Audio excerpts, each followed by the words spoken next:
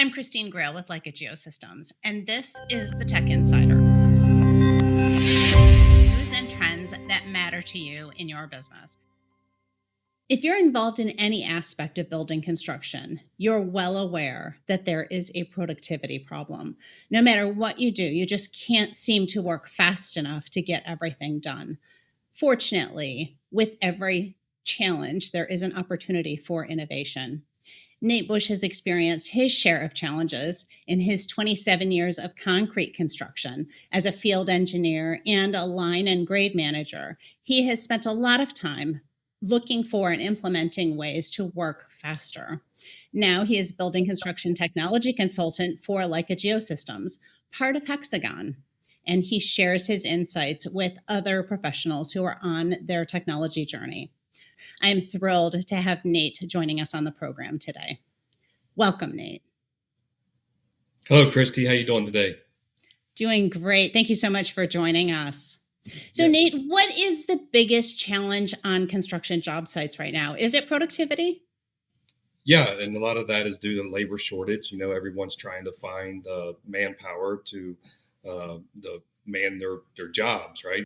So, what is the role of technology in helping to mitigate that challenge? With today's generation, the new guys coming in that were built on technology, they grew up on it, right? So they understand a lot more than maybe some of the older guys or more experienced guys, and they may have a better recognition of what's available. With the technology that we have, we're able to capture as-built quickly. We're able to verify what we put in, or before we pour, or what we have installed is correct. Before we commit to pouring concrete. And again, maybe it's a means and methods as we're pouring the concrete. Something happens, maybe something shifts, and maybe we realize that we have a problem somewhere that we need to fix in the future. So yeah, just having that data is pretty critical, and it just helps the job. I mean, just to you're not just settling on what we did was good, or just assuming that it's good. You know that it's good, and then that there's problems, and you can address them issues going forward. Give us a little peek behind the curtain of a day in the life for a concrete line and grade manager. What really happens on the job site? This can get stressful sometimes. I mean, it's got its good and bad, just like any job, right? But as that person, you got to be you become the information booth of the project, right? So a lot of people are asking you questions. So you're just constantly just in thinking mode all day and just trying to answer questions. You're trying to look ahead. You're coordinating with the BIM department and just making sure like all the issues are caught before we get there, and just kind of looking ahead, not just tomorrow, but you're looking next week. You're looking at 2 weeks down the road. And then they're really just putting together a time frame in your mind of where your guys need to be on site to make sure the job is running well. I would imagine that experience plays a really big role in being able to do that effectively. But when a line and grade manager has access to technology on top of that experience, how does that affect them in their work?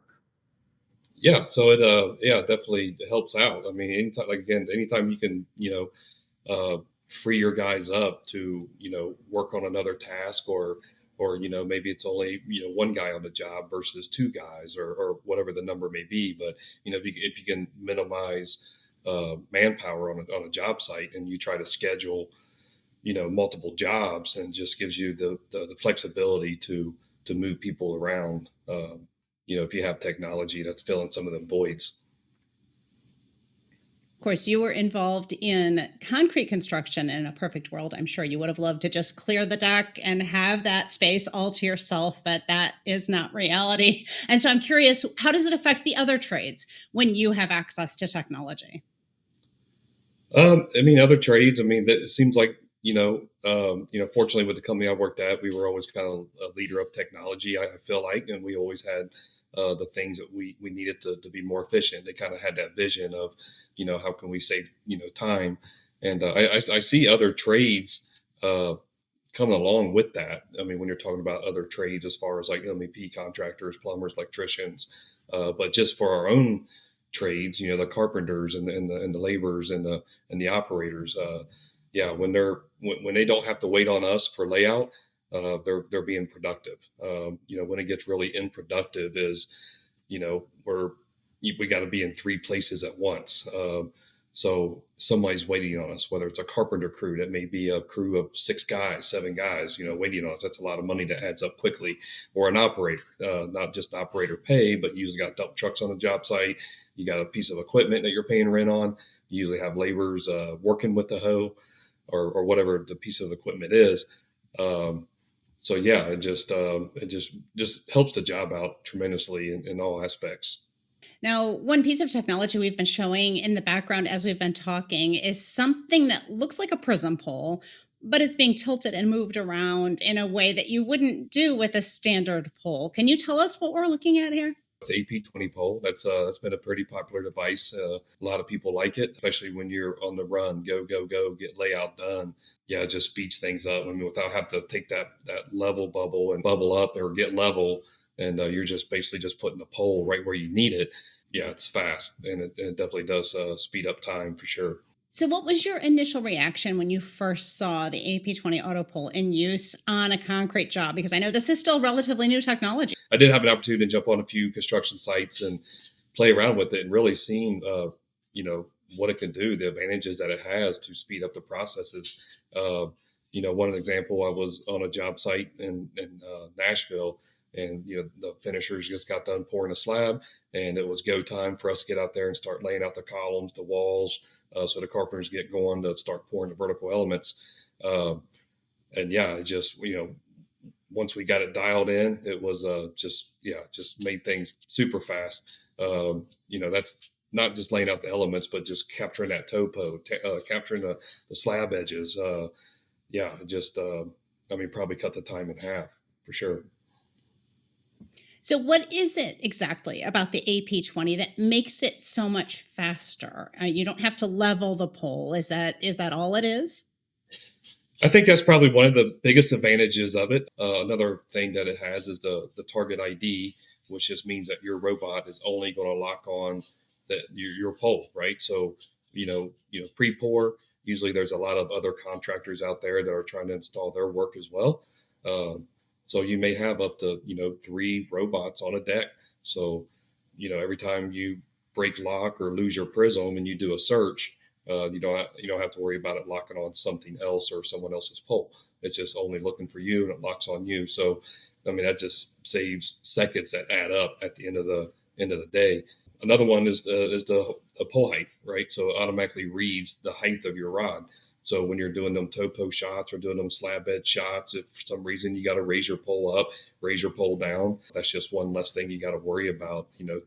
Going into your prism height settings and typing in your pole height. And I don't know how many times I've been bit by doing a topo and something's in the way. I raise my rod up and I take my shots and I get past that object and I lower my pole back down, but I'm just focused on my task at hand.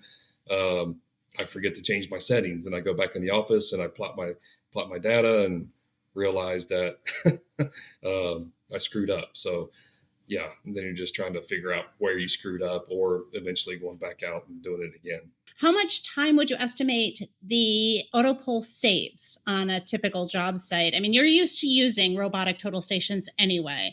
The AP20 auto pole is kind of the next step. If you're using robotic total stations, the AP20 gives you even that much more speed, right? Laying out a deck, whether it's edge form or sleeves or penetrations or openings, depends on the job. But let's say something would took 3 hours to do, I think you can certainly cut your time in half. Now the gap is that much wider. Is it still possible for a company using more traditional approaches to catch up? Yeah, yeah, for sure. I think, yeah, I mean, it's never too late, right? And it's just going to get more advanced, more advanced, more advanced as we continue into the future. So, uh, yeah, I don't think it's ever too late. I think, just sitting down and just doing that simple calculation and taking the time and looking at it and really with open eyes on how can this save us time, but not only time, but how can it save us, problems, or how can we guarantee that things are correctly? So, yeah, I think it'd be a good advantage. I think there's a perception that technology is complicated. And sometimes it can be, right? Like some of the technologies that the industry has embraced in the past have been a little bit challenging to adopt and implement into a standard workflow. Yeah, I look back at 10 years ago using robots to where it's at now. I mean, like are building products that are suited for the construction industry, uh, and people may be intimidated by the technology and just think that I can never run this piece of equipment. I don't understand it. But I think if they really give it a shot and would just you know open themselves up to willing to try, I think they'd realize that it's easier than they think. If you're an employee where the ownership sees the value of technology, it makes you want to stay and work for that company because at the end of the day, that makes your job more enjoyable. It makes it easier. Yeah. So whenever you have a company like Baker that's bought into technology and willing to jump in and find them means and methods to make it work, yeah, and you're happy to work with a company like that. And fortunately, again, for me, working with Baker, I've always felt that. I always felt like this is the top rated company to work for. So, this is the equipment that I use. I look around at some other contractors, and nothing against them; they're just not there yet on their journey. So, uh, I think like, ugh, yeah, I would hate to do things the way they're doing things right now. But with Baker, I've always got a chance to play around with technology. So maybe I knew what was available, and I guess if you don't know what's available, then you don't miss it. So I don't know, but when you get it in your hands and you see it, then you don't have it anymore, then yeah, you'll miss it pretty fast. Talk to me about the ease of use and what it is specifically about the AP20 auto pole and possibly other technologies that help the workers that are on site. I mean, it's a hard job. Construction is a hard job. It is Very, a hard very job. physical job. I mean, yeah, you're climbing ladders all day. You're in and out of holes. You're up walls, down walls. You're everywhere. That's not including the elements that you work in, right? Whether it's the heat of the summer or the freezing cold in the winter, or when it's raining outside, or whatever it is. It does take a toll on you personally. So, uh, you know, you look at the construction workers that's been around for a while. I mean, they're not 20 years old anymore, right? So a lot of it, even myself included. I mean, I've worked to spend a lot of time in the fields, and there's parts of my bodies that feel it, that feel the effect from that. So if technology can help someone's livelihood, 30 years into it or 40 years into it, I think that's a huge benefit. With all of these innovations, what is the key takeaway for building construction contractors? Yeah, I think just maybe taking a step back and just look at where you're doing things now, and just really just take time to see what's out there, and see what can really benefit you. Some things will and some things may not. I think it's just a calculation, and how putting some thought in how can we utilize this to make our job faster, think outside the box a little bit, and see what's out there, and see if it'll benefit you. And like I said before, with that return of investment, just sitting down and calculating your man hours, your manpower, or what it takes to do a task, and maybe there's something out there that could certainly speed that up and just make you more productive, keeping your schedule, and more profit. So I mean, at the end of the day, it could just make everyone's lives happy. For those of you who are watching, you can reach out to Nate or anyone on our building construction team anytime for guidance in overcoming your productivity challenges. We look forward to hearing from you. Don't forget to subscribe to our channel for access to future interviews and insights. Thank you for watching.